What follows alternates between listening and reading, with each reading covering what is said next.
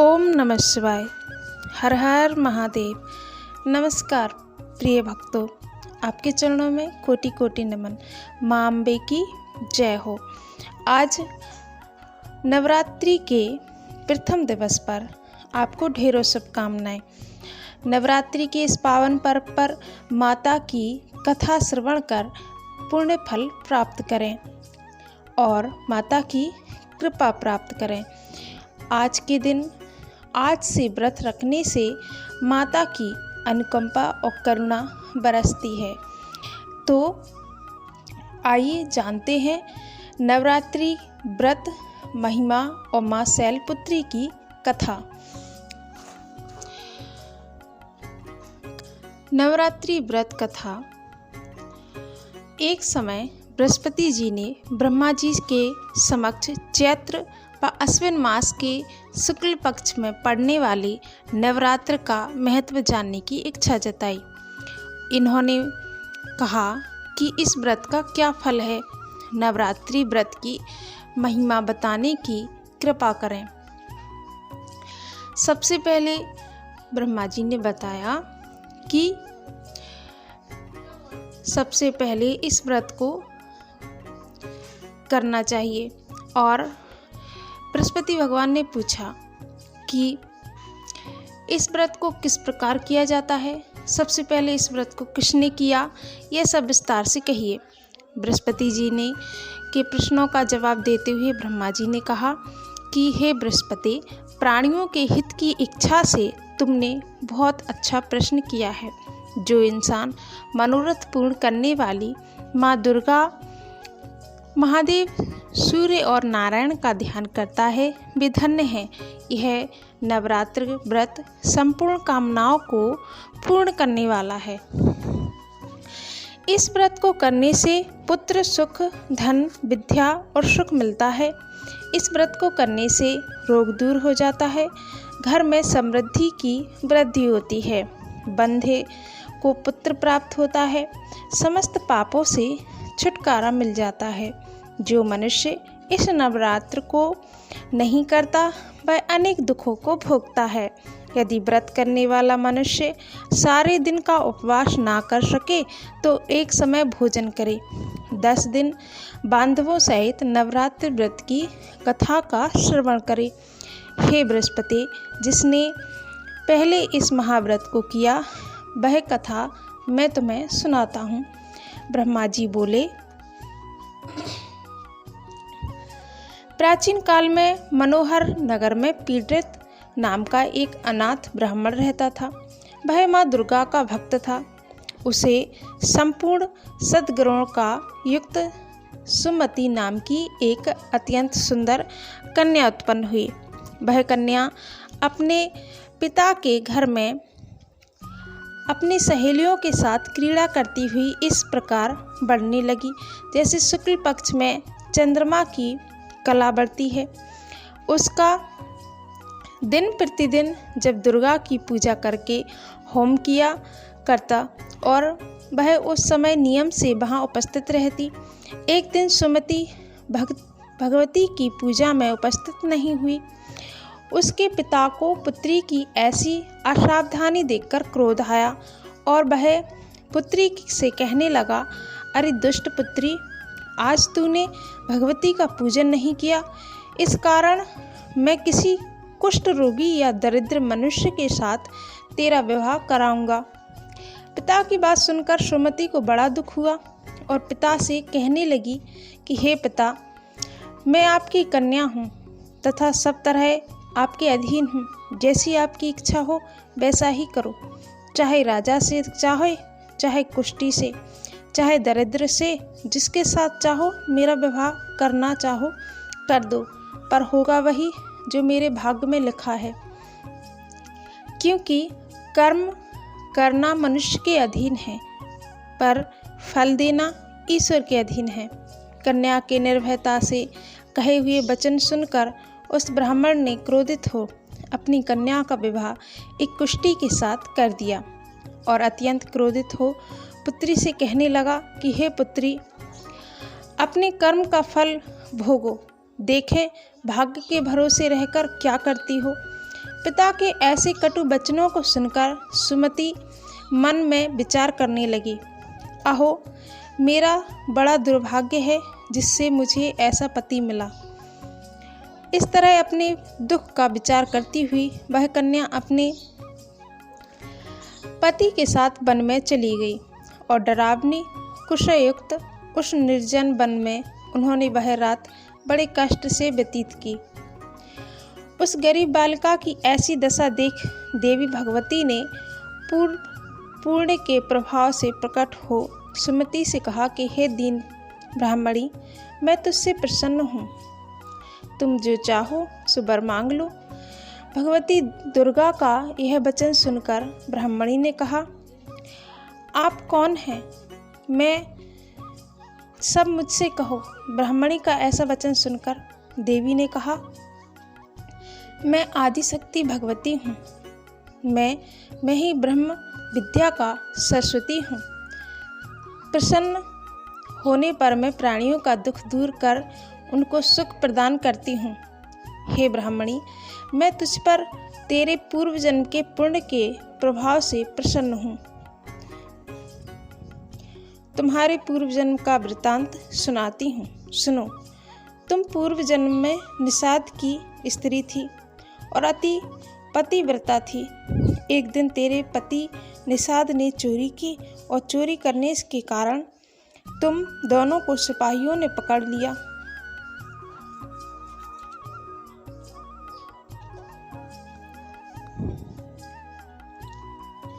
और जेल खाने में कैद कर दिया। उन लोगों ने तुझको और तेरे पति को भोजन भी नहीं दिया। इस प्रकार नवरात्र के तुमने ना तो कुछ खाया और ना जल ही पिया। इस प्रकार 9 दिन तक नवरात्र का व्रत हो गया। हे ब्राह्मणी, उन दिनों मैं तुझे व्रत हुआ और इस व्रत के प्रभाव से प्रसन्न होकर मैं तुझे मनवांछित फल देती हूँ। तुम्हारी जो इच्छा हो सो वर मांग लो। क्योंकि जब तुम उन दिनों भूखी रही तो उन दिनों नवरात्र चल रहे थे। जाने अनजाने में तुमसे नवरात्रि का व्रत हुआ। इस प्रकार दुर्गा के वचन सुन ब्राह्मणी बोली, अगर आप मुझ पर प्रसन्न हैं तो हे दुर्गे, मैं आपको प्रणाम करती हूँ। कृपा करके मेरे पति का कोढ़ दूर करो। देवी ने कहा, उन दिनों तुमने जो व्रत किया था उस व्रत का 1 दिन का पुण्य पति का कोढ़ दूर करने के लिए अर्पित करो। उस पुण्य के प्रभाव से तेरा पति ठीक हो जाएगा।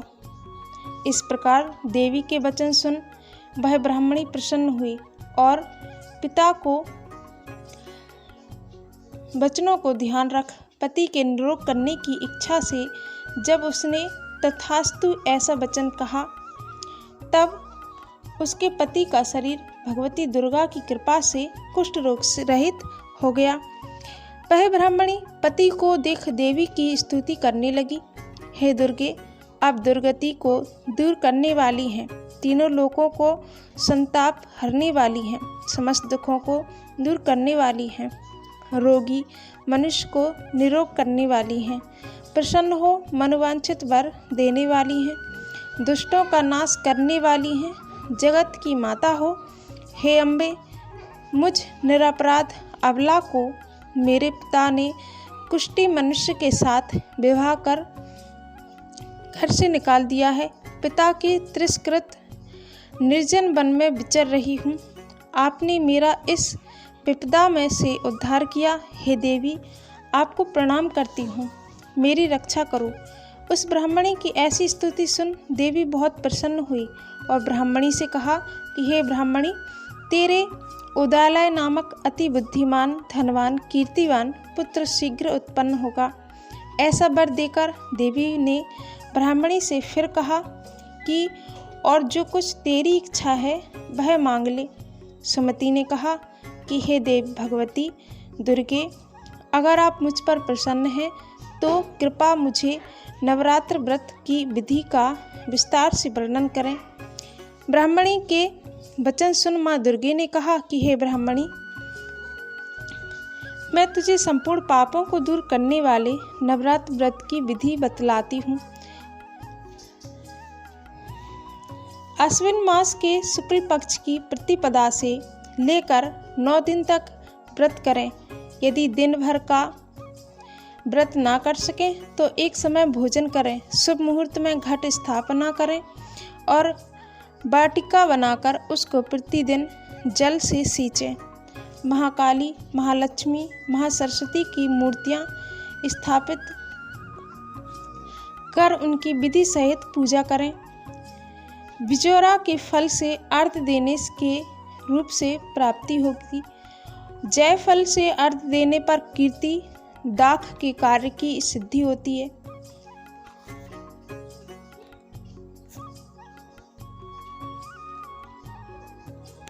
आंवले से सुख की प्राप्ति होती है। केले से आभूषणों की प्राप्ति होती है। इस प्रकार पुष्पों व फलों के अर्घ देकर व्रत समाप्त होने पर 9वें दिन विधि विधान हवन करें। खंड, घी, गेहूँ, शहद, जौ, तिल, बिल्व, नारियल, दाख और कदम्ब जैसी विभिन्न सामग्रियों से हवन करें। आंवले की से कीर्ति की और केले से पुत्र की, कमल से राज सम्मान की और दाखों से संपदा की प्राप्ति होती है। खांड, घी, नारियल, शहद, जौ, तिल तथा फलों से होम करने से मनोवांछित वस्तु की प्राप्ति होती है। व्रत करने वाला मनुष्य इस विधि विधान से होम कर आचार्य को अत्यंत नम्रता के साथ प्रणाम करें। यज्ञ की सिद्धि के लिए उसे दक्षिणा दें। इस प्रकार बताई हुई विधि के अनुसार जो मनुष्य व्रत करता है उसके सब मनोरथ सिद्ध होते हैं। इसमें तनिक भी संदेह नहीं है। इन 9 दिनों में जो कुछ दान आदि किया जाता है उसका करोड़ों गुना फल मिलता है। इस नवरात्र व्रत करने से अश्वमेध यज्ञ का फल मिलता है। हे ब्राह्मणी, इस संपूर्ण कामनाओं को पूर्ण करने वाले उत्तम व्रत को तीर्थ, मंदिर अथवा घर में विधि अनुसार करें। ब्रह्मा जी के बोले कि हे बृहस्पति जी, इस प्रकार ब्राह्मणी को नवरात्रि व्रत की विधि बताकर देवी अंतर्ध्यान हो गई। अतः जो मनुष्य या स्त्री इस व्रत को भक्ति पूर्वक करता है वह इस लोक में सुख प्राप्त कर अंत में मोक्ष की प्राप्ति करता है।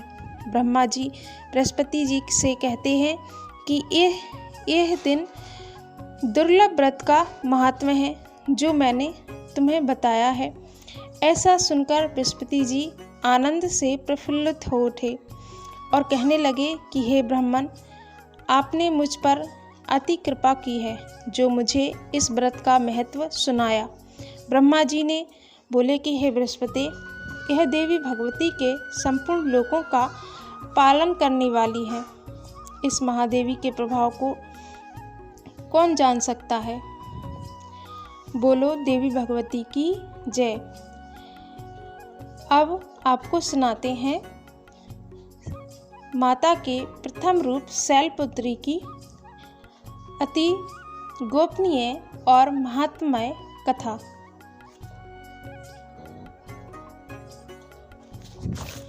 माँ दुर्गा को सर्वप्रथम शैलपुत्री के रूप में पूजा जाता है।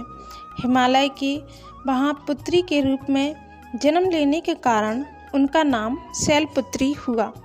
इनका वाहन वृषभ है, इसलिए यह देवी वृषणारूढ़ा के नाम से भी जानी जाती है। इस देवी ने दाएं हाथ में त्रिशूल धारण कर रखा है और बाएं हाथ में कमल सुशोभित है। यही देवी प्रथम दुर्गा है। ये ही सती के नाम से भी जानी जाती हैं। उनकी मार्मिक कहानी इस तरह से है, ध्यान लगाकर पूरी कहानी को सुने। एक बार जब प्रजापति ने यज्ञ किया तो उसमें सारे देवताओं को निमंत्रण किया, भगवान शंकर को नहीं। सती यज्ञ में जाने के लिए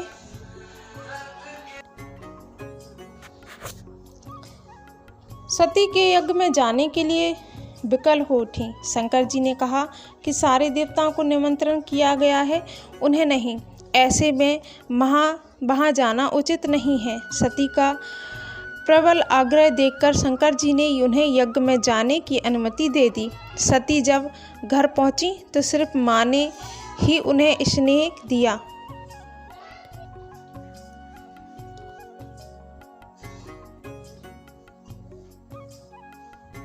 बहनों की बातों में व्यंग और उपहास के भाव थे। भगवान शंकर के प्रति भी तिरस्कार का भाव है। दक्ष ने भी उनके प्रति अपमानजनक वचन कहे। इससे सती को कलेश पहुंचा। वे अपने पति का यह अपमान ना सह सकीं और योग अग्नि के द्वारा अपने को जलाकर भस्म कर दिया। इस दारुण दुख से व्यथित होकर शंकर भगवान ने उस यज्ञ का विध्वंस करा दिया। यही सती अगले जन्म में शैलराज हिमालय की पुत्री के रूप में जन्मी और शैलपुत्री कहलाईं। पार्वती और हेमवती भी इसी देवी के अन्य नाम हैं। शैलपुत्री का विवाह भी भगवान शंकर से हुआ। शैलपुत्री शिवजी की अर्धांगिनी बनी। इनका महत्व और शक्ति अनंत है। प्रेम से कहिए जय माँ अम्बे, जय माँ दुर्गे, माता शैलपुत्री की जय। कहानी आपको भक्ति भाव से सुनी होगी तो चैनल को सब्सक्राइब कर लीजिए और वीडियो को लाइक कीजिए और प्रेम से कहिए जय माँ अम्बे, जय माँ दुर्गे।